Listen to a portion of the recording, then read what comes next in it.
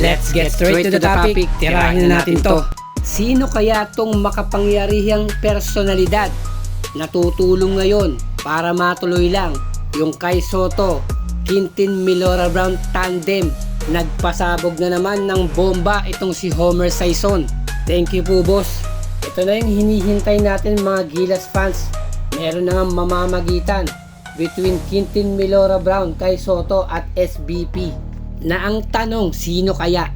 Ito sa tingin ko, isang basketball fanatic or baka may background na to at history na minsan niya nang hinawakan din yung ating Gilas Pilipinas. Yes, mukhang maimpluwensya at malaking tao to.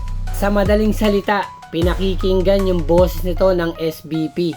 Sayang naman kasi sa kaso ni Quintin Melora Brown, siya na nga yung naglakad ng sarili niyang papeles para maging isang local Gilas player. Bakit ba hindi na lang nating suklian yung effort ng bata? Then itong kay Soto, nag-decide na hindi mo na siya maglalaro sa ating Gilas Pilipinas dahil nga ramdam niya na hindi pa siya 100% at iniisip nito ang future ng Gilas Pilipinas dahil bata pa naman si Kai na hindi nga kailangan magmadali at prioridad niya ang kanyang kalusugan. Well, sa tingin ko tong taong to, nakikita nito kung gaano magiging kalakas ang Gilas Pilipinas.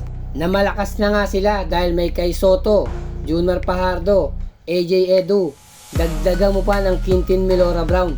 Napaka-unlimited na ng talent mo sa big man position.